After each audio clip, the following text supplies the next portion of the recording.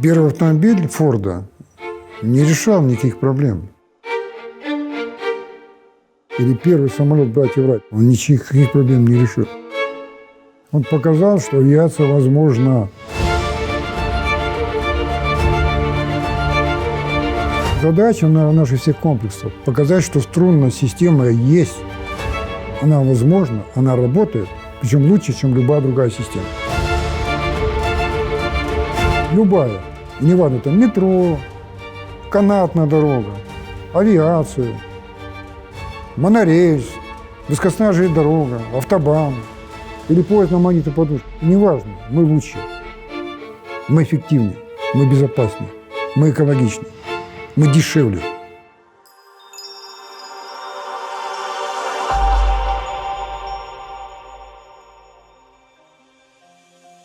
Струнные технологии – это не про города, это скорее проблемы человечества, цивилизации. Это транспортные проблемы, которые просто наиболее сейчас видны и актуализированы в городах, в первую очередь в мегаполисах. Одна из проблем – на дорогах мира гибнет около 1,5 миллиона человек ежегодно. Статистика лукавит, там говорят 1 200 000, но я этим цифрам не верю, потому что не все погибают на дороге, кто-то получает серьезные травмы, их увозят в больницу, они через несколько дней, а иногда и месяцев умирают там. Это тоже сотни тысяч человек в год. И даже более 20 миллионов человек получают травмы и инвалидность. У них нарушается здоровье. А теперь умножим на 100 лет. Погибнет 150 миллионов человек, и порядка 2 миллиардов человек, 2 миллиардов получат травмы. И некоторые из них, они несовместимы с жизнью будут. Вот проблема, которую надо решать. Вторая проблема, тоже очень серьезная. Мы живем в общем доме. И этот дом не просто планета Земля, а биосфера планеты Земля. Это тонкая пленочка вокруг планеты высотой, где-то 100 метров. Там вся жизнь основная, и там живет и человек со своей промышленностью, технологиями, индустрией, в том числе и с транспортом. И вот современные дороги, которые идут на первом уровне, железные, автомобильные в первую очередь, они идут в насыпи земляной. И вот эти насыпи, асфальт, бетон, рельсы, шпалы отняли у биосферы 5 территорий Великобритании. Это территория закатана в асфальт и похоронена под шпалами. Там ничего не растет, в том числе зеленые растения. А ведь именно они производят кислород для биосферы, для дыхания животных, в том числе и человека. Вот то истинный владелец Земли, биосфера планеты Земля, не человек. Третья проблема. Выжигается кислород в огромных количествах из биосферы. Где-то сейчас сжигается порядка 10 миллиардов тонн, порядок, тут точно цифра не важна. Топливо – это уголь, нефть, бензин, газ. И для этих процессов теплотехнических берется кислород из воздуха. А это больше 30 миллиардов тонн ежегодно. Получается, мало того, что меньше кислорода вырабатывается, потому что меньше растений, территории, на которой они растут, а еще дополнительно вжигается огромное количество кислорода. И эти проблемы в основном создает транспорт. в основном. Вот поэтому вот понимание этих проблем и движет мной вот уже более 50 лет. И транспорт, вот другой транспорт, безопасный, чтобы не гибли люди в таком количестве ежегодно. Как пример более безопасного транспорта – это авиация. Казалось бы, авиация должна быть более опасной. Самолет ведь опирается на воздух, а воздух же не имеет несущей способности и прочности. А автомобиль опирается на дорогу. Казалось бы, он надежнее. Так вот, в авиации гибнет ежегодно 300, 400, 500 человек. Сравните с 1,5 миллионами на автомобильном транспорте. А там причина основная, потому что дороги проходят на первом уровне. Там, где вся жизнь, где живет человек, где живут животные, где растут растения. По этому дорогу может выйти пешеход, человек, может выскочить животное, может упасть дерево. На дороге может образоваться сугроб или нанос песка. Асфальт может провалиться, или там будет открытый канализационный люк на дороге, да? И можно еще много причин указывать, которые вот приводят как раз к аварийности, потому что это первый уровень. А самолет это на втором уровне, над землей, где нет жизни, только птички летают. Вот это сразу на порядки повысило безопасность. А мы на втором уровне, над землей. И когда на первом уровне и нет противосходной системы, а в автомобиле нет противосходной системы, есть трение колеса об асфальт, но я могу руль повернуть вправо, могу влево, и автомобиль поедет туда, куда повернул руль. Можно на встречку выскочить, можно в кювет улететь, да? Потому что ничто не препятствует съезду автомобиля с путевой структуры. А у нас есть противосходная система и четко заданный путь движения. Поэтому не будет лобовых столкновений, не будет перекрестков, потому что мы можем развести транспорт на разные уровни. И почему тоже московское метро, да и другие метро такие безопасные? Потому что у них сеть тоннелей, они не пересекаются в одном уровне, они вот развязаны по высоте. И нет стрелочных переводов. Потому что не зря в истории транспорта, железнодорожного, стрелка – это основная причина аварии, поэтому если даже авария происходит, есть такая поговорка, ну, стрелочник виноват. Либо не туда перевел, либо не туда перевел стрелку, либо не доперевел, поэтому не должно быть стрелочных переводов. У нас их нет. Это тоже повышает безопасность. Потом сейчас тренд, вот, экологически чистый транспорт, зеленый, там, электромобили и так далее. Ну, во-первых, он никакой не зеленый транспорт, потому что энергию надо получать на электростанции. И уже на электростанции сжечь топливо в том количестве, о котором я сказал. Это миллиарды тонн ежегодно, и выжигать миллиарды тонн кислорода. Просто топливо будет сжигаться не в городе, а за пределами города. Биосфера-то одна. При этом, когда будет электромобильный транспорт полностью, то потребуется еще больше энергии, чем просто для автомобиля, потому что нужно будет передать электрическую энергию на 1000 километров. При этом есть повышающие трансформаторные подстанции, есть понижающие, а у них коэффициент полезного действия не 100%, там теряется энергия. Есть электропередачи, где провода гудят, они же не просто так гудят, это теряется энергия. Поэтому электромобиль, по большому счету, ничего не решает, просто электромобиль. А, допустим, на железной дороге есть противосходная система, есть гребень колеса стального, который препятствует сходу колеса с рельса. Поэтому железнодорога более безопасна.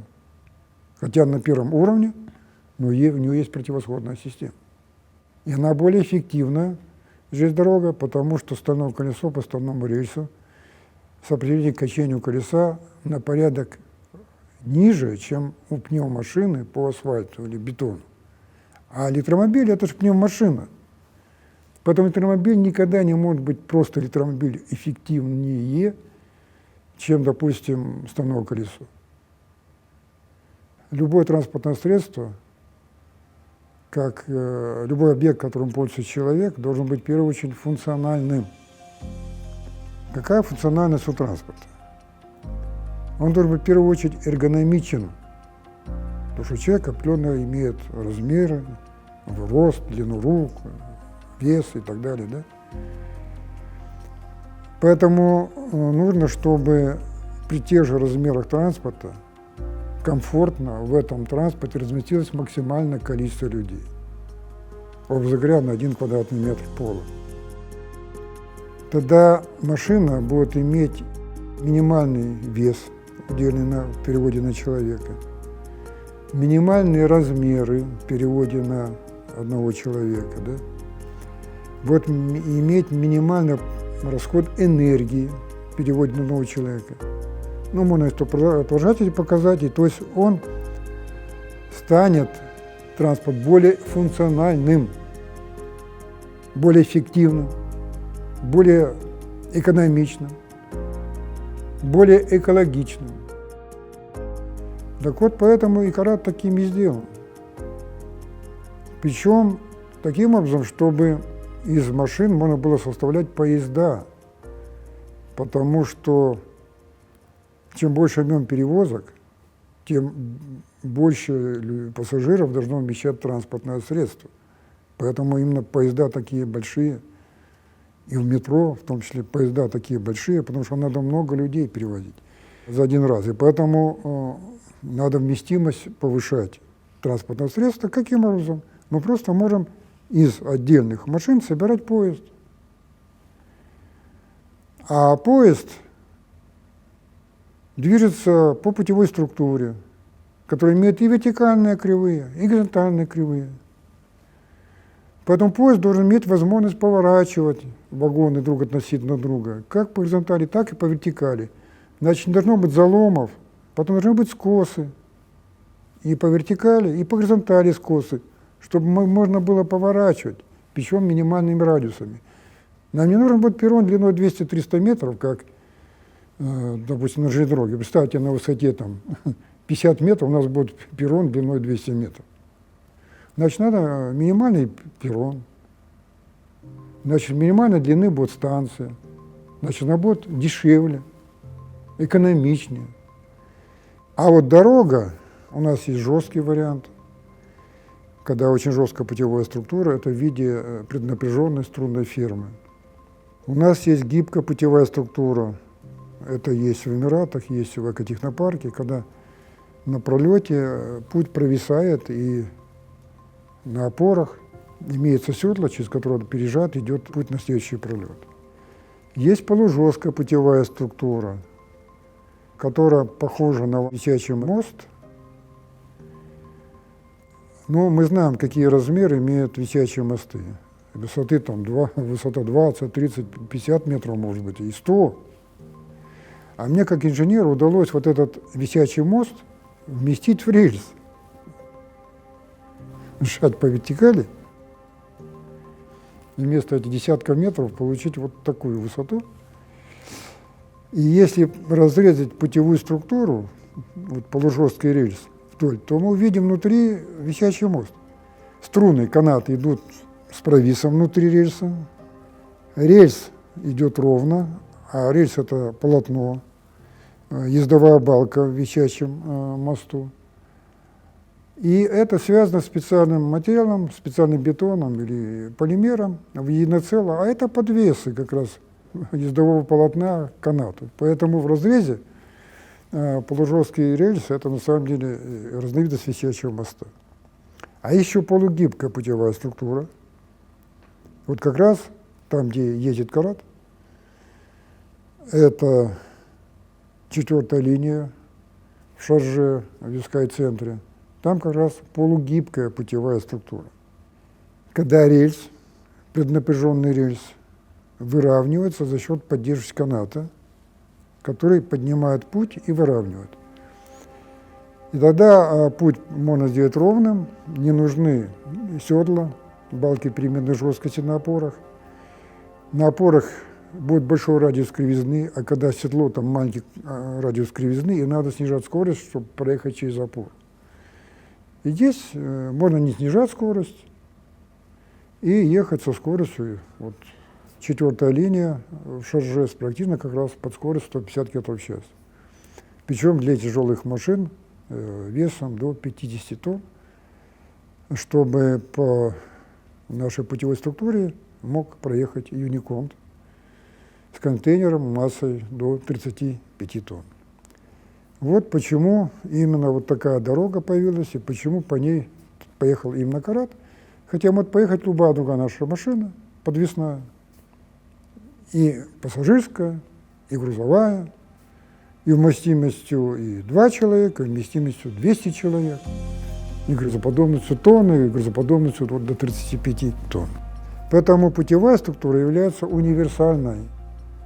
Асфальт не имеет отношения к автомобилю модели Ford или автомобилю там, модели Mercedes. Асфальт, он просто асфальт, без относительно подвижного состава. И мы пришли в Объединенные Арабские Эмираты не просто так, потому что транспорт нужен человечеству. А человечество живет на разных континентах, в разных странах, с разным климатом.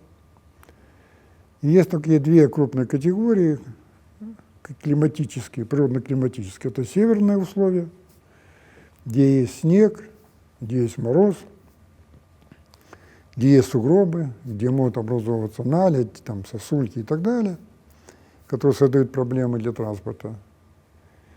И есть жаркие страны, тропики, где, наоборот, жара, и нет никакого мороза, где, если взять пустыню, там пыль, песок, где могут дуть очень сильные ветра, могут идти проливные дожди,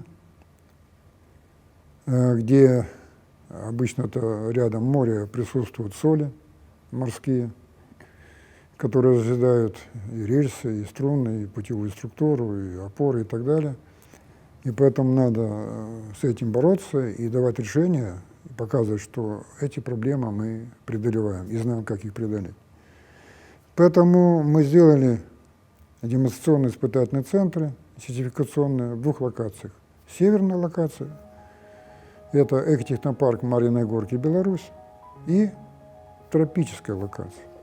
Это Объединенные Арабские Эмираты, город Шаржа, Скай-центр.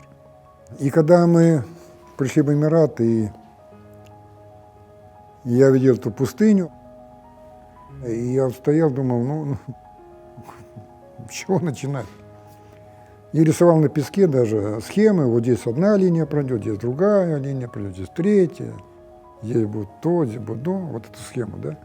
И потом мы по этой начали все это строить, и, в принципе, все проблемы инженерные, там, технологические, строительные, примерно те же самые, что и в Белоруссии, ну, за исключением того, что тут холодно и не очень как-то зимой комфортно работать, а там жарко и не очень комфортно летом работать, да. Тут ветер дует, там, может быть, со снегом и дождем, а там ветер дует с песком и с морскими солями, да. Но все равно это проблемы близкого порядка. В Беларуси у нас экотехнопарк имеет длину меньше километра. Потому все тестовые трассы, они короче километра. 700, 800, 900 метров. И получается, что на коротких трассах, ну, максимум там 60-80 км в час можно получить, потому что надо разгоняться полпути, полпути тормозить. А там мы получили в Эмиратах участок длиной 2,5 километра, значит, можно строить эстакады длиной более 2 километров и получать скорость уже там 120-150 км в час. И поэтому, если мы дороги строили длиной до километра, то Эмиратам надо было построить путевую структуру на высоте больше 10 метров, 10-15 метров, длиной 2400 метров. При этом в Белоруссии мы рассчитывали на более легкие машины. Но самая тяжелая машина здесь у нас где-то 12 тонн. А там мы должны были выполнить расчеты и построить дорогу, по которой могла бы поехать машина весом порядка 50 тонн. Потом там достаточно большое натяжение струн. Больше 1500 тонн, с учетом температуры под 2000 тонн почти. И потому строить вот на высоте там 10-15 метров путевую структуру с таким усилием натяжения и с пролетами до 288 метров, это очень серьезная проблема. Поэтому мы решили возвести путевую структуру не наверху, а по земле. Там удобнее работать. А потом нужно было всю эту преднапряженную до 1500 тонн конструкцию, чтобы понимать, что 1500 тонн – это вес 30 танков тяжелых. Вот представьте, надо взять 30 танков тяжелых и вот подвесить тросу, канату, вот такое усилие у нас в канате. Это безумная цифра, на самом деле. И вот эту конструкцию весом в сотни тонн нужно было поднять на высоту более 10 метров и закрепить на опорах. Вот это была самая сложная операция, с которой мы там столкнулись в Эмиратах. И подобного никто в мире еще до нас не делал. Никто. Я не знаю, почему не пригласили вот книгу рекордов Гиннесса, потому что это рекорд. Мы поставили рекорд. И поднимали путевую структуру с помощью мощных домкратов, грузоподъемностью в несколько сотен тонн одновременно на многих опорах. Основные задачи, которые стояли перед вот созданием транспортного инфраструктурного комплекса, который имеет номер 4 по счету, там планировалось 4 линии построить. Мы 2 уже построили, еще 2 нужно будет построить. Там был целый комплекс задач стоял, которые надо было решить. Одна из них – сделать путевую структуру, рассчитанную на скорость 150 км в час. Это та скорость, о которой мы говорим, которую я декларирую для городских перевозок. Больше скорость нет смысла в городе иметь, потому что даже 150 – это много. Если остановки или станции, там, вокзалы часто, то ты не успеешь разогнаться, как надо тормозить. И поэтому, если будут остановки через 50-500 метров, допустим, то там вообще 40 км в час даже не успеешь достичь. И мы видим, как трамваи ездят в городе. Да? А поскольку здесь станции у нас на расстоянии 2 почти 2,5 километра, то, естественно, здесь можно получить большую скорость. Поэтому, скорость – это очень важный фактор. Все почему-то думают, что какая разница? Там 50 км в час, 100, 200, 500. Это огромная разница. Это как телега и автомобилем. Ну, что, разницы нет, что ли? Или между автомобилем и самолетом. Или между скоростной дорогой, обычной железной, и высокоскоростной, где все другое. Рельсы, шпалы, подушка, даже насыпь земная другая. Колеса другие, привод другой, токосъем другой, все другое, система управления другая. Поэтому надо было все в комплексе сделать по скорости 150 км в час. В том числе систему электроснабжения. Это тоже целое дело, которое, думает, а что это такого? В розетку воткнул, и оно поехало. Нет. Там нужны тяговые подстанции. И чем большая скорость, и чем тяжелее машина, тем большая мощность нужна для разгона. Это физика. И законы физики мы изменить не в состоянии. Потом следующая проблема – связь. Связь – это очень важный элемент для безопасности. Связь – это имеется в виду линейная. Все машины должны быть связаны с диспетчерской, они должны быть связаны связью друг с другом, они должны знать, где они находятся, позиционировать относительно опор, они должны знать, с какой скоростью они движутся, чтобы не было аварийной ситуации. И это все осуществляется через связь. Поэтому это тоже сложнейший вопрос. Как обеспечить нужную связь? А у нас же управляется все искусственным интеллектом, и он, естественно, связан и с диспетчерской, и с датчиками, которые по дороге находятся на опорах и так далее. И работает как часть комплекса. Поэтому это надо было решать, этот вопрос еще на стадии проектирования.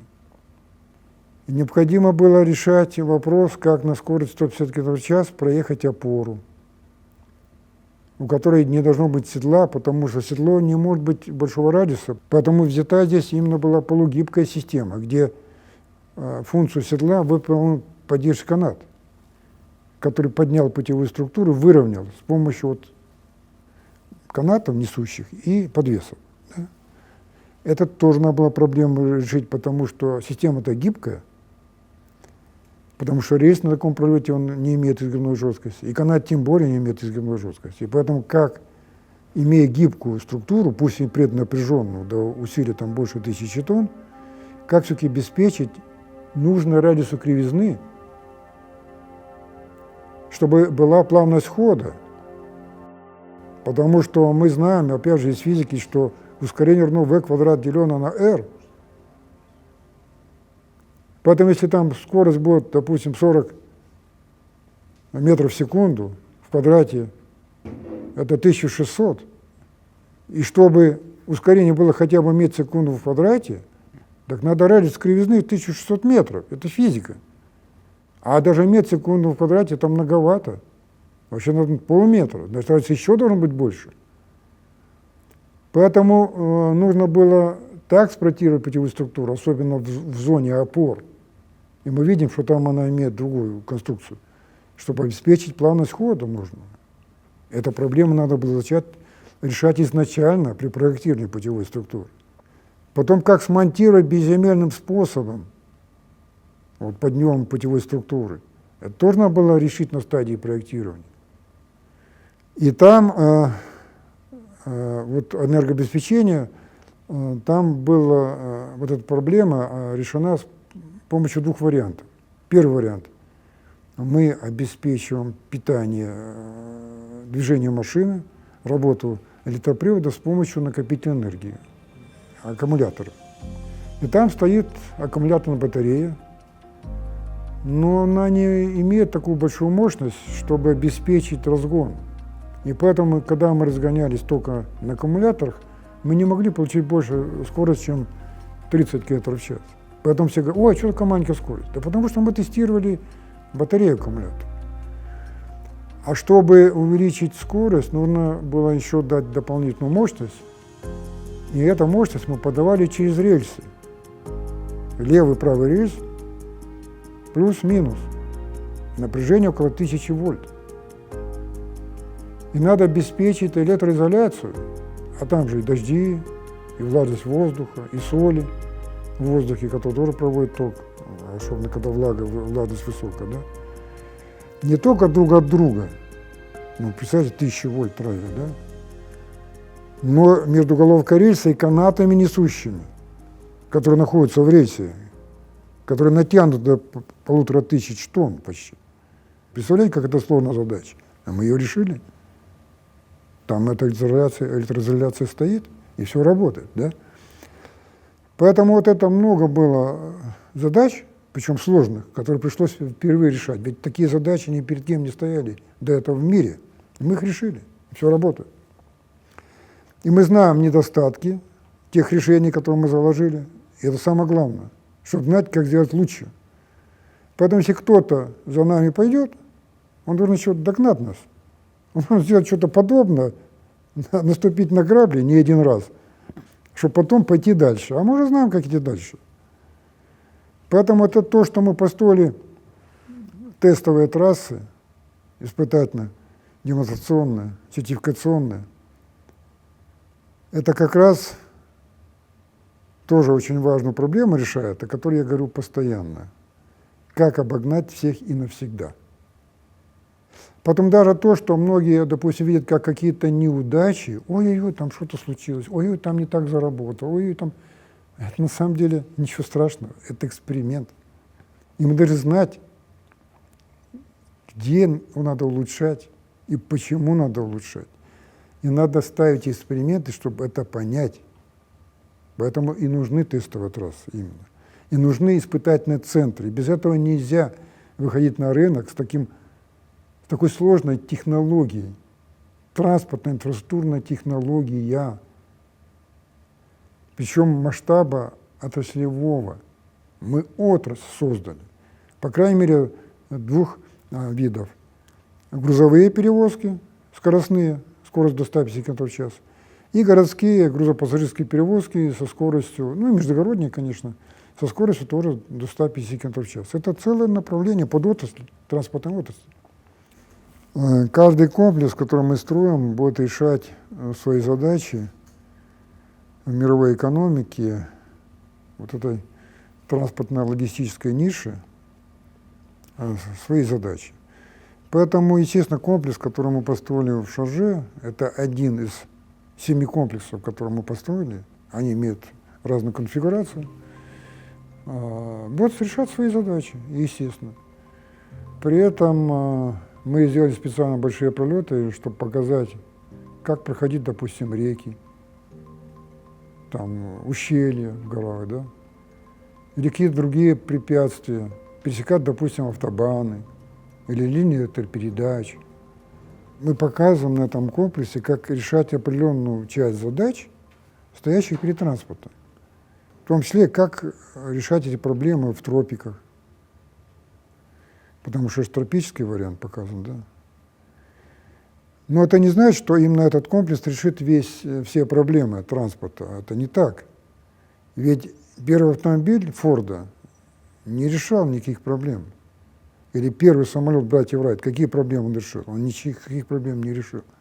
Он показал, что, вот, допустим, самолет братьев Райт, это летающая этажерка, что авиация возможна. Потом задача наших всех комплексов показать, что струнная система есть, она возможна, она работает, причем лучше, чем любая другая система. Любая. И не важно, это метро, канатная дорога, авиация, монорельс, высокоскоростная железная дорога, автобан или поезд на магнитной подушке, неважно, мы лучше, мы эффективнее, мы безопаснее, мы экологичнее, мы дешевле. Мы дешевле даже канатной дороги, не верят этому.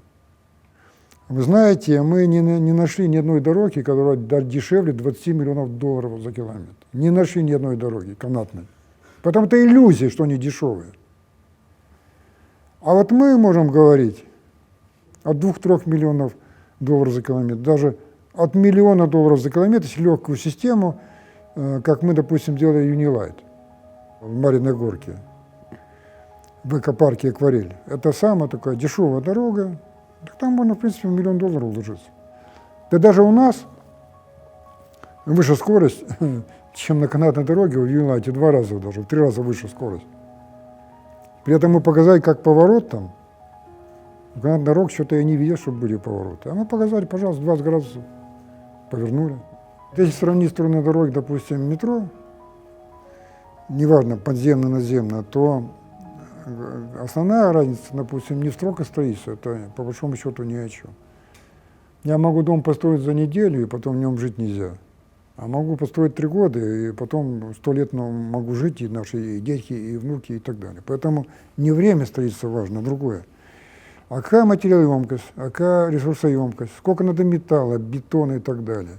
А сколько это стоит, чтобы это огромное количество бетона, металла возвести, да с помощью, допустим, лесов, или с помощью землеробных машин, которые иногда скальный грунт должны выгрызать тоннель под землей диаметром там 9-12 метров, чтобы там прошел тоннель метро.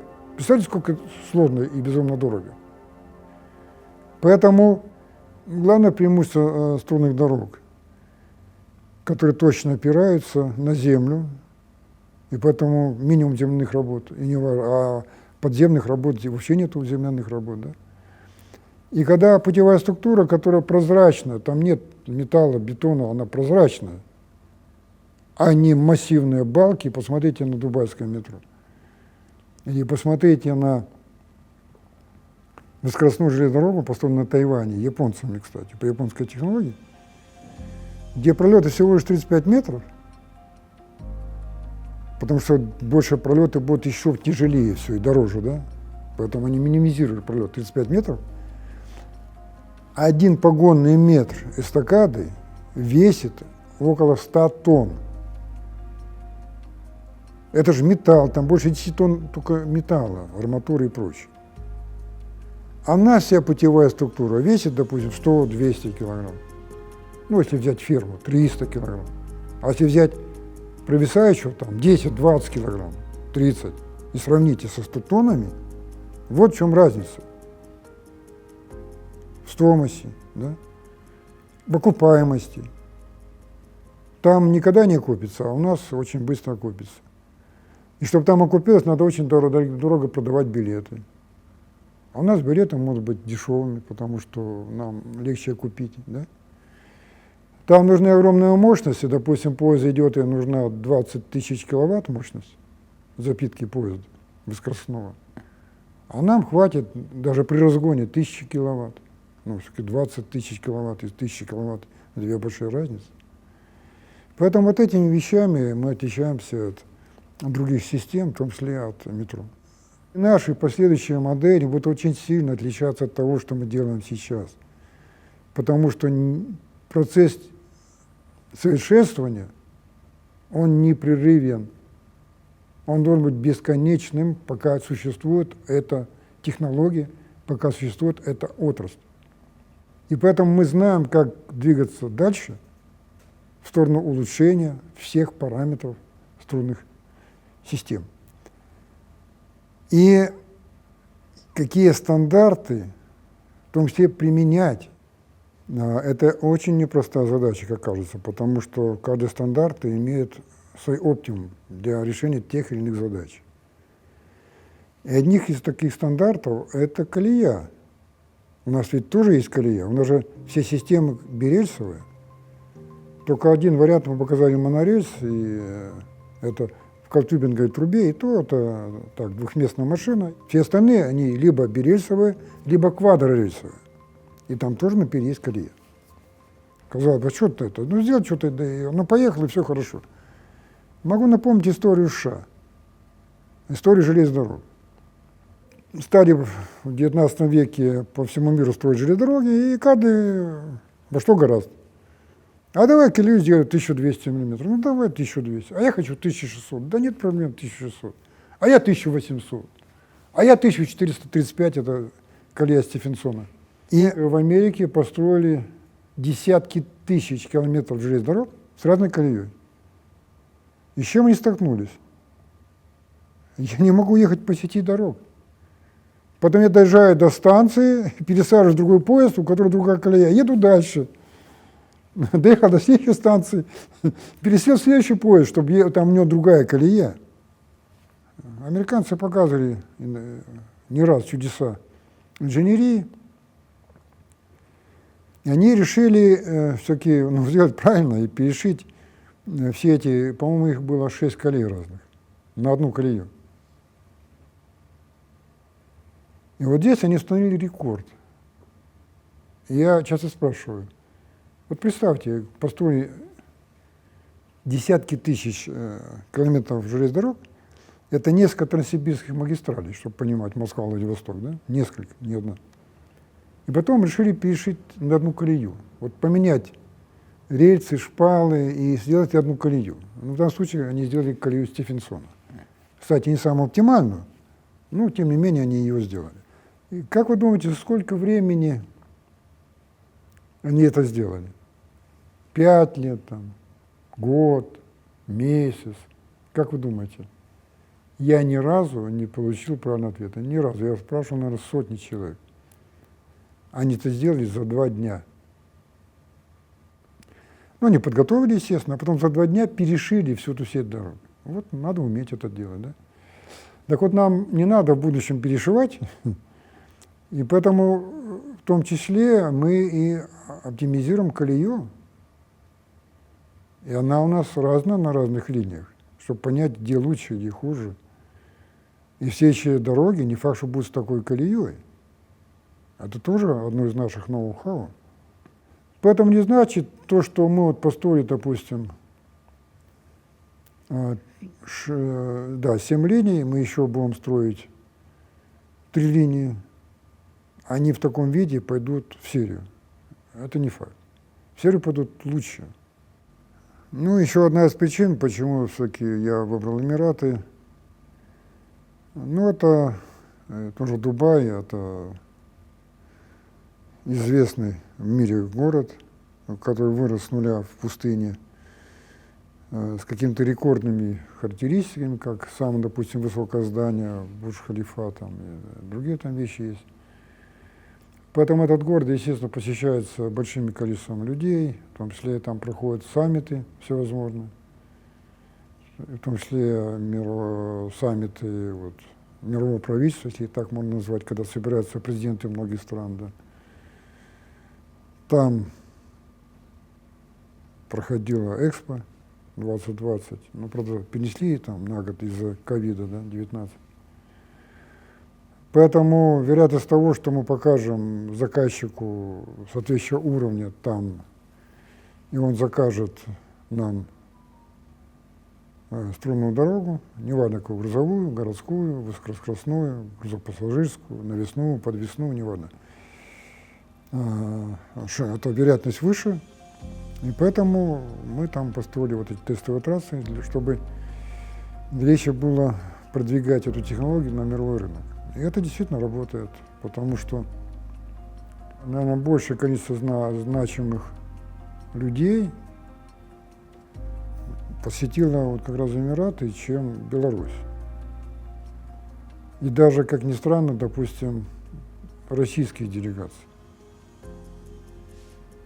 По крайней мере, я могу сказать, что больше 100 мэров городов российских посетили площадку нашу в Шарже. Ну, здесь, наверное, десятки мэров, не сотни. Там больше было губернаторов, чем здесь, в Беларуси, да. Там даже король Лесото с супругой прокатился по нашей дороге. Там нас посетили министры транспорта многих стран, да. И поэтому, естественно, это способствует масштабированию нашего проекта и ускоряет получение заказов, хотя от посещения, от увиденного до начала, допустим, строительства того или иного объекта, струнного, да, струнной дороги, неважно какой, грузовой, там, городской, междугородний, но проходит, ну, в лучшем случае 3 года. В лучшем случае. А так 5, 7, 10 лет. Потому что внедрение комплекса транспортно-инфраструктурного стоимостью в сотни миллионов долларов, а иногда миллиарды, это не купить iPhone за там, $500 или там, за $1000, потому что это сотни миллионов. И чтобы iPhone купить, я принимаю сам решение. Это, ну, максимум женой посоветовать, да. А комплекс построить стоимость сотни миллионов. Президент не мог такое решение принять. Министр транспорта не мог такое решение принять. Там есть комиссии, там есть комитеты, там надо объявлять тендеры, надо находить деньги, надо отводить землю, которая находится иногда у нескольких пользователей, и государственных, и частных. Надо понимать специфику. Это от меня не зависит. И мы делаем все возможное, чтобы максимально ускорить эти процессы. И поэтому уже мы подошли к ряду проектов, по которым заключили контракты. Потому что мы начали работу по этим проектам 3, 5, 7, 10, иногда 15 и 20 лет назад. Чтобы это надо понимать. Они вот приехали, увидели, и завтра мы начали делать проект. Нет, это не произойдет. Даже вот в Индии, ведь первые встречи серьезно были с министром транспорта Индии, это был 2017 год. Но пошло движение только тогда, когда в Шажу посетил Минтранспорта. Это тот же, который меня поддержал когда-то в 2017 году. Но кроме разговоров ничего не произошло, потому что нам нечего было демонстрировать. Картинки только. Иллюстрации, ролики, компьютерную графику. А когда Минтранспорта, помню о той встрече, увидел, что сделано за эти годы, и проехав на нашем, кстати, карате, он сказал, круто, технология состоялась. И себе я на своей страничке в Инстаграме написал, нам нужно 500 проектов в Индии. Это тоже сработал комплекс, который мы показываем вот в Эмиратах, так? Но все равно уже прошло 2 года, как он посетил нас, да? И только сейчас мы заключаем контракты на первые проекты в Индии. Только сейчас. И только сейчас объявляются тендеры, это все через тендеры делается, да, в которых мы должны выиграть. Так. Поэтому вот это есть временной лаг, и он достаточно большой. И тут не должно быть иллюзий. Потому что мы делаем отраслевую технологию. И тут надо аналогии. Взять, допустим, поезда на магнитной подушке. Это направление стали развивать в 30-е годы прошлого века, еще до Второй мировой войны. В первую очередь в Германии уже были патенты на поезда на магнитной подушке, уже были первые эксперименты. И они решили сделать поезд на магнитной подушке. Уже работали тысячные коллективы инженеров, десятки лет. И уже было вложено в это более 5 миллиардов евро. Причем у них тоже отраслеобразующие технологии, потому что надо не только поезда делать, но надо эстакады делать, надо магнитную подушку, надо энергообеспечение, связь и так далее. Да?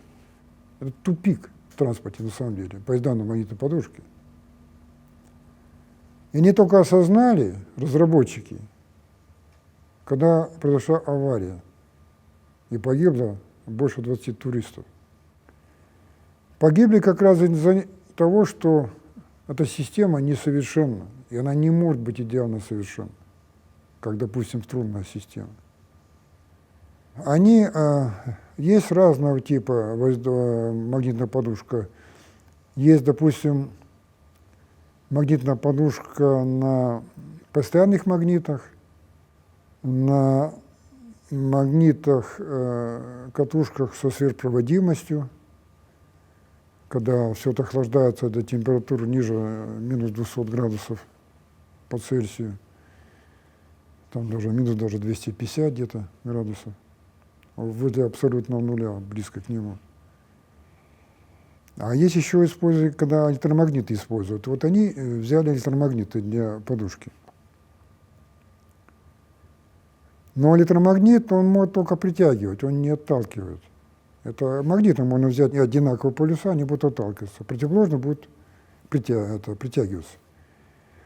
Поэтому надо не просто, ведь что такое подушка? Надо вагон поднять. А как поднять? Он же не может отталкиваться от полотна. Значит, им пришлось делать юбку у машины, чтобы подвести под балку и поставить магниты, которые притянут друг к другу.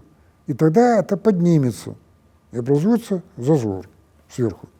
Да? Но ведь ветер дует, она в бок может сдвинуться машина. Значит, надо с боков поставить магниты, чтобы установить вот это боковые, обеспечить боковую устойчивость и противосходную систему, да, боковую. Потом оказалось, что это все не работает на малых скоростях, значит, им пришлось ставить шасси. Большинство не знает, что у них шасси есть в вагонах, как у самолета. И он едет на малых скоростях, можно, я не знаю, там до 100, по-моему, км в час, на колесах, а потом поднимает и уже на магнитной подушке. Так вот, из физики мы знаем, и из повседневной жизни мы знаем, как работает примерно электродвигатель. Обычный электродвигатель вращения, где есть ротор, статор, и ротор вращается. Да? А линейный двигатель — это когда мы разрезаем ротор и статор и в плоскость раздвигаем. Поэтому все эти электротехнические процессы электромагнитные, они идут примерно одинаково, что там, что там. Так вот, мы знаем, что у электродвигателя есть коэффициент полезного действия. И знаем, еще со школы я это знал, что чем меньше зазор между ротором и статором, тем выше КПД. И чтобы поднять КПД, зазор делать десятой доли миллиметра. Не делает миллиметра, а тем более сантиметр. Вы не видите ни одного двигателя, где бы между ротором и статором был зазор 10 миллиметров. А им надо было сделать зазор для безопасности. Поэтому они сделали минимальный 10 миллиметров, уже меньше очень опасно. И поэтому там коэффициент полезного действия очень низкий, меньше 50%, как у двигателя внутреннего сгорания примерно. Причем оказалось, что чтобы бегущее поле было, которое, собственно, тянет вагон, и чтобы можно было менять скорость, то мы знаем, как легко поднять или понизить напряжение. Это с помощью трансформатора, да? Им пришлось менять частоту тока. А это более сложная задача. Поэтому, образно говоря, на этой скорости надо частота тока там 40 Гц, а на этой 100, а на этой 200, а на этой 500 Гц. Поэтому у них вся эта балка утыкана катушками медными, который идет кабель к каждой катушке, которым надо управлять и менять даже частоту тока, а не напряжение. Да? И все равно эта система небезопасна, потому что очень маленький зазор. 10 миллиметров. Вот. А если снег выпал на балку? А если там град? А если камушек? А если ветка упала? Или листья там? Значит, надо все убирать. И они ничего другого не придумали, как давайте сделаем машину, которая будет чистить полотно. Они сделали такую машину, и каждый там раз они чистили полотно, каждый день. И вот тем, кто пришел туда покататься, на этом суперсовременном поезде, не повезло. Потому что трасса там имеет длину около 30 километров, она однопутная. С одной стороны, туристы сели в поезд на магнитной подушке, чтобы полюбоваться красотами с высоты птичьего полета и преимуществами поезда на магнитной подушке. А с другой стороны, поехала чистящая машина. Я не знаю, как это могло произойти, когда общая система управления на однопутке не сработала, и они встретились на скорости 170 км в час, по-моему. И все погибли. И они закрыли эту технологию. И закрыли полигон. И списали 6 миллиардов евро. И 50 лет труда. Огромных тысячных коллективов. И оказалось, что самое главное там на самом деле аэродинамика, на которую они вообще не обращали внимания. Там не подвес важен, а хорошая аэродинамика должна быть. И я-то и понял, что студентам, когда я прорабатывал варианты струнных дорог и какие стандарты принять. И, естественно, тогда была мода, и в СССР это делалось, поезда на магнитной подушке, так ничего не сделали, потратив миллиарды долларов. А когда я проанализировал, понял, что это вообще ни о чем. И это тупик. Что за остальным колесом в будущем? Не за пневмашиной, а за остальным колесом. И что главное здесь, на самом деле, аэродинамика. Мы же аэродинамику в институте не изучали. Я инженер путей сообщения, автомобильные дороги, там скорости низкие, там какая аэродинамика. И когда я понял, чему равна мощность аэродинамического сопротивления, а там формула очень простая. W – это вот мощность аэродинамического сопротивления, равно 1/2, ρ – это плотность воздуха, v в кубе, скорость в кубе, умножить на cx, коэффициент аэродинамического сопротивления, и умножить на мидель. Это площадь по пересечению максимально у транспортных средств, вот максимальная площадь по пересечению – это так называемый мидель. И умножить на коэффициент потери энергии, потому что нам надо не просто мощность аэродинамического сопротивления, а мощность привода. А у нее тоже есть потери. Потом еще надо коэффициент потери умножить, да? И я обратил внимание на то, что только один параметр в кубе, v в кубе, скорость в кубе, и провел мысленный эксперимент. Он простой, но очень важный. И оттуда я сделал очень много выводов. А это было, больше 50 лет назад, когда я был студентом еще. Представим «Волгу». Это самая была крутая машина легковая в советское время. Я представил, что еду на «Волге» со скоростью 100 км в час. И этот автомобиль «Волга» тратит, допустим, на аэродинамику, 20 киловатт мощности. Это примерно 5 литров топлива, 5 килограмм топлива на 100 километров пути. Нормально, что там, 5 литров. Там еще тратится энергия на пневмошину, на другие вещи. На аэродинамику-то нормально, что-то, не так уж много. Да? А теперь я мысленно разогнал эту же «Волгу», эту самую, до 500 км в час. V в кубе.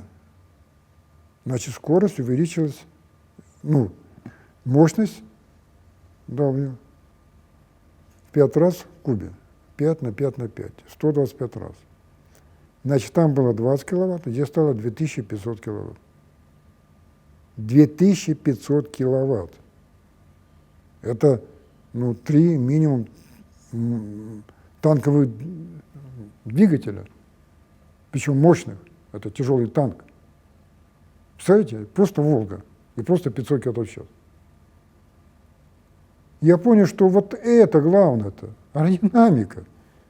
И даже если магнитную подушку я поставлю, что?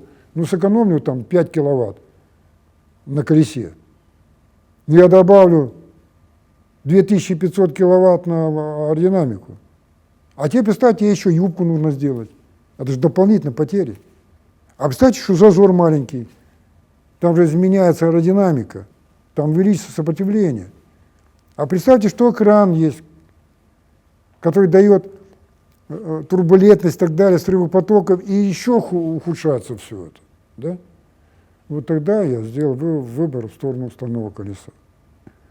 А многие до сих пор, инженеры, не понимают этого и продолжают видеть будущее за поездами на магнитной подушке, пытаются его снова совершенствовать, развивать и двигать дальше. А мы будем двигать наши струнные транспортно инфраструктурные комплексы UST, где транспортное средство – это беспилотный рельсовый электромобиль на стальных колесах, который движется по струнным рельсам двум, и нет сплошного дорожного полотна, то есть нет паразитного экранного эффекта. И нет ничего лишнего, чтобы увеличило мидель и ухудшало аэродинамику. Нет никаких юбок, никаких выступающих частей, нет даже очистителя стекла. У самолета, вот это, казалось бы, надо же видеть, как он садится, самолет, значит, надо чистить стекло. Да как-то берет на себя 100 киловатт мощности. Это, извини меня, за час минимум 20 килограмм топлива. Вот на это только. Вот ручечка вроде торчит, а что такого? Да она возьмет зеркало заднего вида, да там тоже 50 киловатт на себя возьмет при таких скоростях.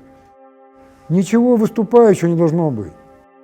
Ни ручек, все эти стекла заподлицо, не должно быть выступов, все это гладненько должно быть. Посмотрите на вагоны железнодороги. Посмотрите на эти колеса, которые торчат, на эти оси. Это же все убивает всю аэродинамику. И если ты перейдешь на магнитную подушку, это ничего не решит на самом деле, а еще ухудшит. Да? Поэтому вот такие, казалось бы, простые вещи, но они очень значимые, и надо уметь правильно делать выбор правильный, исходя из законов физики, а не то, что тебе говорят другие, и указывают оптимальный путь, откуда не знаю. Поэтому еще студентам, как раз и понимая эти вещи, я собственно, спроектировал идеальную систему, которую мы сейчас называем UST. Она идеальна со всех позиций, со всех законов физики и всех законов сопромата, теоретической механики, материаловедения, машиностроения, аэродинамики, эргономики, экономики и много чего другого. Это оптимальная система, спроектирована с нуля, а не путем совершенствования чего-то, да? И имеющая в теории максимально возможные параметры, максимально высокий КПД, максимально лучшую аэродинамику, максимально низкую ресурсоемкость, максимально низкую стоимость и много чего другого, которое, уже законы физики не позволяют уменьшать, еще дальше улучшать эти параметры. Поэтому могу сказать, что лучшие системы и даже в светлом будущем не появятся, потому что мы достигаем пределов возможного роста показателей, исходя из законов физики.